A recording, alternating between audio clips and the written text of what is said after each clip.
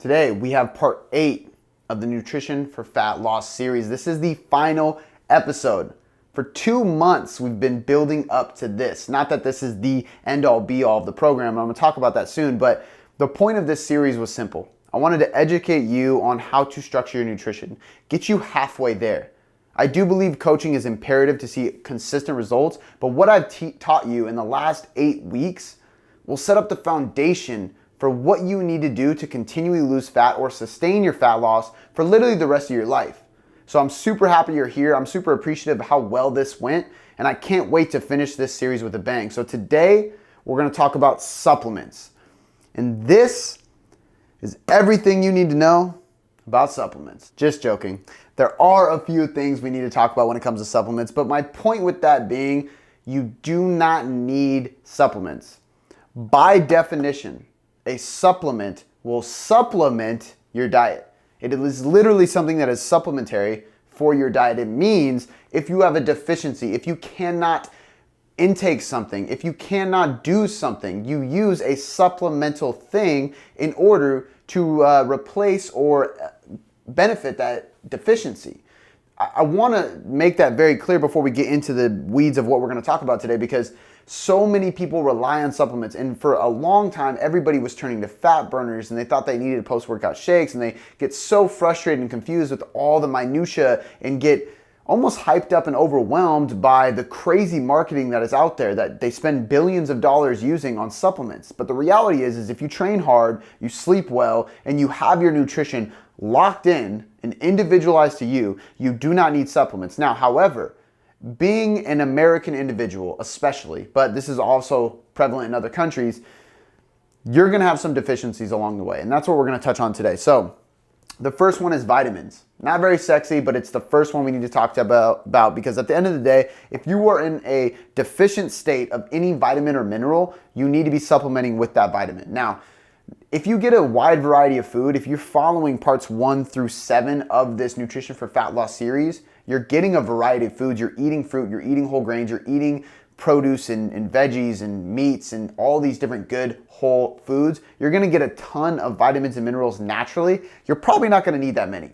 But in some scenarios, especially in an athletic individual who is training really hard, who is sweating a lot, who's drinking a lot of water, therefore is urinating a lot and flushing out a lot of nutrients potentially, it's common to see some vitamins and minerals deficient. Now, magnesium is going to be one, calcium is one, iron is one, vitamin D is one. There's a lot of different ones that can become deficient. Zinc is another. So you might want to supplement with those if you have the extra income to dispose of, or if you do not enjoy the foods that are high in those vitamins. So go to Google. It's this crazy thing that can tell you a lot of information. Type in zinc deficiency. See what foods can give you a supplemental income of that zinc. If you can get it through foods, it's going to be better. If you cannot because you hate spinach, for example, take a zinc supplement. It's that easy. If you live in a place that doesn't have that much sun, you should probably supplement with vitamin D. Vitamin D is a very important thing. If you do not get any foods with potassium or magnesium, those are going to contribute to recovery and muscle cramps. Therefore, you should probably supplement with those. So there are some that are going to contribute to your nervous system, to your hormonal system, and just your general well-being of your hair, your skin, your eyesight, your joint health, things like that. So the first thing on our list is just general vitamins and minerals. But anytime you can get those from foods, I highly suggest you do so. This is just here because if you are deficient, you do need to supplement with those things to make sure you don't have any health consequences on your fat loss journey. The next one, omega-3s. This is something as a culture, unless you live in an Asian country, you're probably going to be kind of deficient in these fatty acids. These are going to be EPA and DHA. These are fatty acids that are found in omega-3 fatty acid-based foods. Things like fish, for example. We are almost always going to be deficient in this unless we're consistently consuming fatty fish on a weekly basis. This is pretty rare. The other place you can get it would be walnuts. You can get this from omega-3 fatty acid based eggs. So some eggs are fortified with that, or if they're cage-free, natural organic eggs, they're probably going to be higher in omega-3s. But you got to eat a lot of eggs to hit that number, or a lot of salmon. Most of us are not.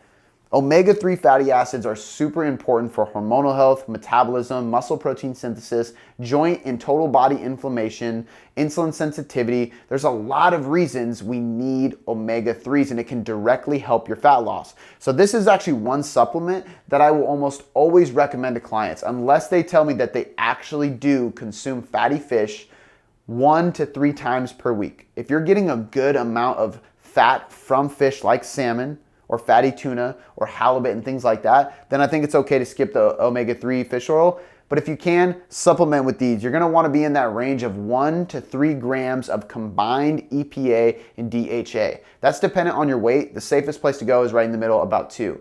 This means you're probably gonna be consuming anywhere between 3 to 5 actual capsules.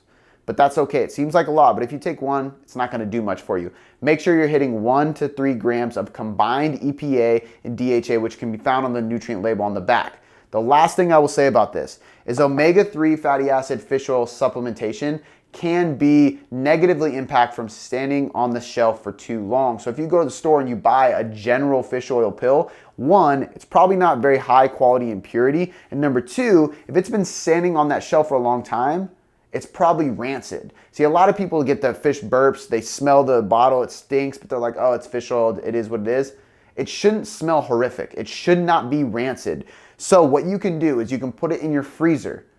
If the capsule gets very cloudy, it is potentially rancid, or it's actually not a very pure supplement. And the reason we know this is because companies will fill it with other saturated fats to save money, but it becomes clouded in the fridge. This is a funny example, but it's like if you put water in a vodka bottle. I remember being a kid and my brother, probably shouldn't be talking about this on live YouTube, but my brother tried to take some alcohol from my parents. He put water in the vodka bottle. He put the vodka bottle back in the freezer thinking they wouldn't notice, but the water froze. Alcohol doesn't freeze. The bottle changed consistency and he got caught. Same exact test you can do with your fish oil. Put it in the freezer. If it gets really cloudy and the consistency changes, it's not good fish oil. It's not pure fish oil. Your fish oil should stay crystal clear. It's gonna be yellowy tinted, obviously, but it should stay clear when you put it in the freezer. So that's the freezer test. You can put it in there for a few hours or overnight. Test your fish oil. My favorite brand is Viva Fish Oil. I am not affiliated with them, but I will put a link in the show notes because it is ranked really high on labdoor.com, which tells us purity, but I've also done the freezer test myself, and it is a pure brand of fish oil. So again, omega-3s, very, very commonly deficient in most Americans and most countries in general, unless you're eating fatty fish. I suggest supplementing with this. If you're a vegan or a vegetarian who wishes not to consume fish oil, take algae oil capsules. It's very, very similar, and you will still get that omega-3 fatty acid, which is the most important thing we're trying to get from this. The next one, whey protein. This is very much so optional. I've gone through periods where I didn't consume any. I've gone through periods where I've consumed a lot. This is a convenience thing. Whey protein has a very high leucine count, so it's a very good protein source to stimulate muscle protein synthesis. Very beneficial protein source. However, it can cause gut health issues, digestive stress issues if consumed too much. So it's something we want to keep pretty minimal, and we only want to use if we can't get to a solid meal or we don't have time to cook a full actual meal of eggs or chicken or steak or fish or some other whole food protein source. So whey protein is great. Check out labdoor.com to get the best rated. I will link my favorite protein in the description so you guys can grab that. But at the end of the day, this is purely for convenience. Everybody who's trying to lose weight or get in shape should probably have some in their pantry just in case they run short on time and they need to grab a shake. The last one is going to be creatine. Creatine is an excellent supplement that's been studied over and over and over again. Creatine monohydrate is a great supplement to saturate the muscles for recovery. When we get saturation of creatine in our muscle stores, which creatine, by the way, is a naturally produced nutrient, so it's not something exogenous, but it is an ergogenic aid, which means it supplements our performance to be enhanced. And the way it does that is it helps hydrate and recover the muscle. So we can actually train a little bit harder, and we can usually pump out a few more reps, like even just 1 rep per set more. That's small of a difference, but the reason this happens is because our muscles have more nutrients and they're recovering faster. Therefore, we can perform a little bit better, a little bit harder, and a little bit longer, and that is going to lead to more muscle growth and strength over time, possibly more fat loss through more strength and energy expenditure during a session that we've pushed a little bit harder in. Creatine has also been shown to increase children's IQ and actually brain function. So we can actually be more productive and more focused from creatine. You do not need to cycle creatine, and you usually should be between 3 to 6 grams per day. It's usually about a teaspoon a day, but we just want to take creatine monohydrate, and the best thing to do when looking for creatine, and again, anybody can take this. I mean, I even have family that are elder I want to have taken this because it can help prevent Alzheimer's, they're seeing in studies. So this is a very powerful supplement that actually helps with a lot of different things, but it's mainly used for performance and recovery to enhance more muscle growth. The one thing we want to look out for is Crea Pure. Crea Pure is a copyrighted and trademarked nutrient from a specific lab in Germany that makes the most pure quality product. It is known around the world, and some of the top brands that actually use Crea Pure have been tested in the labs to be the best and highest quality creatine you can get. Again, I will link these in the show notes so you guys can get the best ones, because I've done all the research you need to do to make sure you're getting the right supplements. But at the end of the day, creatine is safe for damn near anybody. It's good for fat loss, it's good for strength, it's good for muscle. I am a big fan of it. You do not need to cycle it. You can take it year round, and you can take 3 to 6 grams per day on all days. And it does not matter when you take it. Some studies have shown that post-workout with carbohydrates might lead to better saturation and absorption of the creatine, but we need to remember that the goal with creatine is to saturate our bloodstream and our muscles, which takes 1 to 2 weeks. So what I take this morning isn't necessarily going to kick into my system and work from the saturation of it to stay in my system and continue helping me with recovery. So guys, supplements, super simple. We do not need them, but what I would recommend is supplementing with any vitamins and minerals that you are deficient in. Omega-3 fatty acids for 90% of people, because most people do not get enough of this from fish. Whey protein as a convenience item in your pantry just in case you're running short on time. And last but not least, if you want to train harder, take creatine. It does work well. It's very safe, and it's been studied for years and years and years.